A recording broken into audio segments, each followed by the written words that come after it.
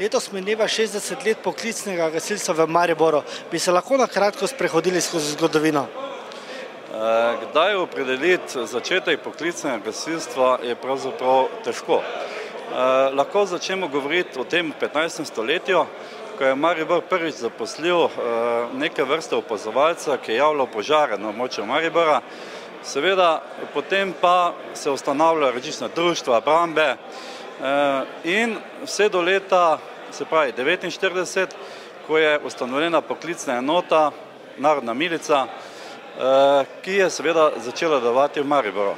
V zadnjem obdobju smo v poklicni enoti nakupili veliko opreme, predvsem zaščitne opreme, zaščitne rokavice, PBI obleke.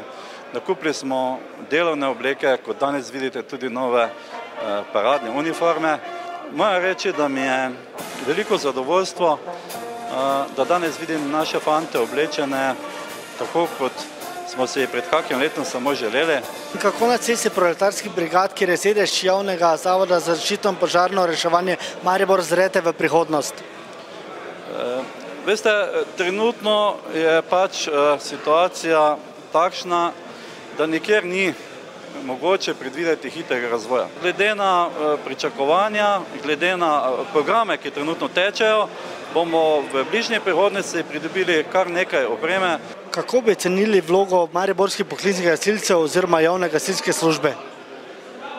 Moram reči, da je javna gasilska služba z leto v leto boljša, da veliko dela na pomlajevanju, na izobraževanju.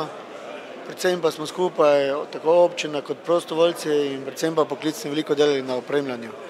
Mestna občina Maribor kot ustanoviteljica javnega zavoda je gasilcem kupila vozilo.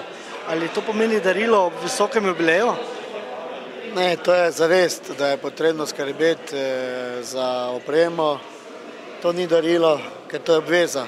Na ponedeljki seji mestnega sveta bodo svetniki glasovali o obnovi gasilskega doma. Boste vi podprli obnovo? Čudno vprašanje. Ne morajo mestni svetniki glasovati, če župan ne predlaga dnevnega reda.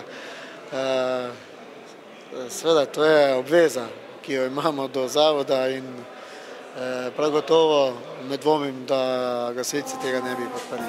Mogoče se bo našel kakšen posameznik, ki ima drugačne oči pa ušesa v tem mestu kot po stari navadi.